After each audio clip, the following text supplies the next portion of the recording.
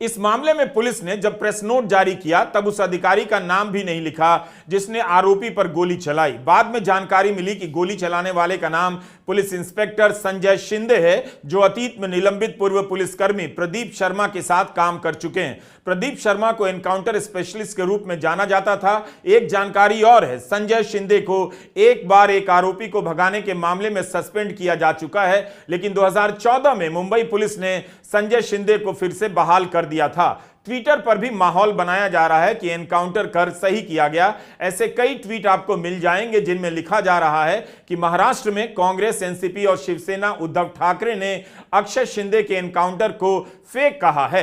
NCP प्रमुख शरद पवार ने tweet कर कहा है कि बदलापुर में 2 बच्चों के साथ जो अन्याय हुआ उसे उचित कानून के दायरे में अंजाम दिया जाना चाहिए था, लेकिन इस घटना के मुख्य आरोपी के तबादले में गृह विभाग द्वारा बरती गई ढिलाई सवालों के घेरे में है। ऐसा लगता है कि सरकार कानून की धमकी देने में कमजोर हो गई है ताकि भविष्य में कोई ऐसे निंदनीय कृत्य के बारे में सोच भी ना सके। उम्मीद है कि इस घटना की गहन जांच से स्थिति सामने आएगी। शिवसेना विधायक आदित्य ठाकरे ने भी इस मामले पर ट्वीट किया है और कई सवाल उठाए हैं। उनका सवाल है कि बदलापुर स्कूल के ट्रस्टी कहां हैं, उन्हें भाजपा मिंधे सरकार द्वारा संरक्षण क्यों दिया जा रहा है। शिंदे के स्थानीय आदमी के बारे में क्या? वामन महात्रे ने एक पत्रकार से सवाल किया कि वह इस घटना पर ऐसे सवाल क्यों उठा रही थी जैसे कि उसके साथ बलात्कार हुआ हो, उसे क्यों बचाया जा रहा है। तीसरा सवाल, क्या विरोध करने वाले नागरिकों पर दर्ज मुकदमे वापस लिए जाएंगे? उनके साथ गुंडों जैसा व्यवहार किया गया। वे तो बस पुलिस द्वारा 1 सप्ताह तक पीड़िता की शिकायत दर्ज करने से इनकार करने का विरोध कर रहे थे। पुलिस थाना किसकी रक्षा कर रहा था? माना जा रहा है कि स्कूल के ट्रस्टी बीजेपी से जुड़े हुए हैं और उन्हें बचाया जा रहा है। क्या यह सच है? क्या शासन जवाब देगा? कुछ सवाल खड़े हो रहे हैं। एक, अगर अक्षय शिंदे इतना बड़ा क्रिमिनल था या वह इतना ताकतवर था तो उसे ट्रांजिट करते समय पुलिस ने ज्यादा से ज्यादा सावधानी क्यों नहीं बरती थी? दूसरा, क्या यह मुमकिन है कि दोनों हाथों में हथकड़ी होने के बावजूद कोई मुजरिम पुलिस की कमर से पिस्टल निकालता है और वह गोली दाग देता है? यह बात कैसे मान ली जाए कि पुलिस की तरफ जब वह गोली दागता है तो गोली पैर पर लगती है, लेकिन पुलिस जब गोली दागती है तब वह सीधे अक्षय शिंदे पर लगती है। अक्षय शिंदे की माँ और भाई, इन दोनों ने 15 दिन पहले जो स्टेटमेंट दिए थे जिसमें कहा था कि अकेला अक्षय शिंदे नहीं है और भी कुछ लोग हैं, यह बात क्यों नजरअंदाज की जा रही है? और एक बात कि इस स्कूल से जुड़े अपटे जो अभी भी अब्सकॉन है, अभी भी जो फरार आरोपी है, उसे क्यों नहीं पकड़ा गया है? क्या आपटे को कभी नहीं पकड़ा जाएगा? इस सारे मामले को लेकर पहले दिन से ही पुलिस की हर हरकत बड़ी ही डाउटफुल रही है और इसलिए अब भी हम मांग करते हैं कि इन सारे मामले में एनकाउंटर के वक्त जितने भी पुलिस थे जिन्होंने पूरी तरह से सावधानी नहीं रखी थी, उन सभी को अभी के अभी सस्पेंड किया जाए। एक, दूसरा, इस मामले से जुड़े हर एक कड़ी का नार्को टेस्ट हो। तीसरा, इस पूरे मामले की सीबीआई जांच हो। यूपी में जिस तरह से एनकाउंटर बढ़े हैं वो अपने आप में अप्रत्याशित और भयावह है। एनकाउंटर की राजनीति महाराष्ट्र के लिए भी नई नहीं है, लेकिन जिस तरह से मुख्यमंत्री और उप मुख्यमंत्री के समर्थक इस एनकाउंटर के बहाने उनकी छवि चमका रहे हैं, लगता है कि अब सरकारों के पास छवि बनाने के और तरीके या हथकंडे कम पड़ते जा रहे हैं। 20 अगस्त को बदलापुर के स्कूल में जब 2 बच्चियों के साथ कथित रूप से यौन उत्पीड़न का मामला सामने आया तो जनता में आक्रोश भर गया। लोगों ने रेल लाइन जाम कर दिया। तब आरोप लगे कि पुलिस ने एफआईआर करने में देरी की। यह भी आरोप लगा कि पीड़ित और उनके परिवार वालों को पुलिस स्टेशन पर 12 घंटे तक बिठाए रखा गया। एनकाउंटर के बाद अब ऐसे कई सवालों के जवाब नहीं मिल पाएंगे। वारदात के 15 दिन पहले से ही सीसीटीवी फुटेज गायब है, जिसकी वजह अब तक साफ नहीं हो पाई है। क्या सफाई कर्मचारी अक्षय शिंदे इतना ताकतवर था कि वो सीसीटीवी फुटेज को गायब कर देता? आरोप यह भी है कि 20 अगस्त की घटना से पहले भी लोगों ने स्कूल के प्रबंधन से शिकायत की थी, मगर कोई कार्रवाई नहीं की गई। विपक्ष ने यह सब आरोप लगाए हैं कि स्कूल के प्रबंधन के लोग बीजेपी और आरएसएस से कथित रूप से जुड़े हैं। इस बात को लेकर आदित्य ठाकरे ने भी सवाल किया। बात यह है कि जब सीआईडी की जांच चल रही थी, अब यह एनकाउंटर हो गया, तो क्या इन सवालों के जवाब कभी मिल पाएंगे? तो सवाल यही था डे 1 से कि इतने दिन उनको एफआईआर दर्ज करने में क्यों लगे। वो सीसीटीवी फुटेज अब तक क्यों नहीं प्राप्त हुई है जो स्कूल में आधिकारिक तरीके से होनी चाहिए।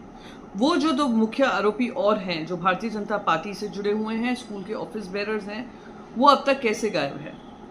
और वो वामन म्हात्रे जो मिंडे गट के पूर्व मेयर रह चुके हैं, उनके ऊपर कार्रवाई कब होगी, क्योंकि उन्होंने एक महिला पत्रकार से कहा था कि तुम तो ऐसे बात कर रही हो जैसे तुम्हारे साथ ही घटना हुई है। अगला सवाल ये पूछा जाएगा कि जो लोग बदलापुर में इतनी भारी संख्या में आए, इतनी महिलाओं पे एफआईआर दर्ज हुए, क्या उनको वापस लिया जाएगा। तो साफ साफ एक ही बात दिखाता है कि डे 1 से ये जो किस्सा हुआ है, जो सेक्सुअल असॉल्ट हुआ है, उसको दबाने के लिए, स्कूल को बचाने के लिए भारतीय जनता पार्टी के गृह मंत्री देवेंद्र फडणवीस हों या मिंडे सेना के मुख्यमंत्री एकनाथ शिंदे, जिनके एरिया में ये काम हुआ है, वो अपने आप को बचाने के लिए, अपने पार्टी के ऑफिस बेरर्स को बचाने के लिए उन्होंने इस इन्वेस्टिगेशन को खत्म करने की कोशिश की, इन्वेस्टिगेशन में बाधाएं डाली। और क्योंकि वो जानते हैं कि उंगली उनकी तरफ आने वाली थी, उन्होंने ये काम एनकाउंटर के माध्यम से किया है। उत्तर प्रदेश और हैदराबाद की तरह ही इस वाले एनकाउंटर में भी कई सवाल हैं। क्या बीजेपी और उनके गठबंधन की सरकारों में योगी आदित्यनाथ का मॉडल तैयार किया जा रहा है? ऐसा क्यों है कि कानून व्यवस्था के मामले में बीजेपी की सरकारें योगी मॉडल का अनुसरण करने लग गई हैं? एक तरह से योगी आदित्यनाथ की यह स्टाइल यूपी से बाहर भी स्वीकृत होती जा रही है। यूपी में मंगेश यादव के एनकाउंटर को लेकर भी सवाल उठे। उसमें सवाल केवल किसी जाति का नहीं था, बल्कि यह भी था कि क्या एनकाउंटर का तरीका सही है, क्या सही अपराधी ही मारा गया। उन्नाव में अनुज प्रताप सिंह के एनकाउंटर को लेकर विवाद शुरू हो गया है। सुल्तानपुर में लूट की वारदात करने का आरोपी अनुज प्रताप सिंह उत्तर प्रदेश एसटीएफ के एनकाउंटर में मारा गया, उसी मामले में जिसमें मंगेश यादव का एनकाउंटर किया गया। आरोप था कि उसने सरेंडर करने की पुलिस की बात नहीं मानी और फायरिंग शुरू कर दी, जिसके जवाब में उसे गोली लगी और वह मारा गया। अखबारों में हेडलाइन छप रही है कि अनुज के पिता ने बयान दिया है कि अखिलेश की इच्छा पूरी हुई है, एक ठाकुर को एनकाउंटर में मार दिया गया। इस मामले में सह आरोपी मंगेश यादव के एनकाउंटर के बाद अखिलेश यादव ने उसे फर्जी बताया था और कहा था कि मंगेश की हत्या हुई है। उन्हें कहा था कि बाकी आरोपियों से सरेंडर कराया गया और जाति देखकर मंगेश यादव का एनकाउंटर कर दिया गया। अनुज प्रताप सिंह के एनकाउंटर के बाद अखिलेश यादव ने फिर से ट्वीट किया है और लिखा है कि सबसे कमजोर लोग एनकाउंटर को अपनी शक्ति मानते हैं, किसी का भी फर्जी एनकाउंटर नाइंसाफी है।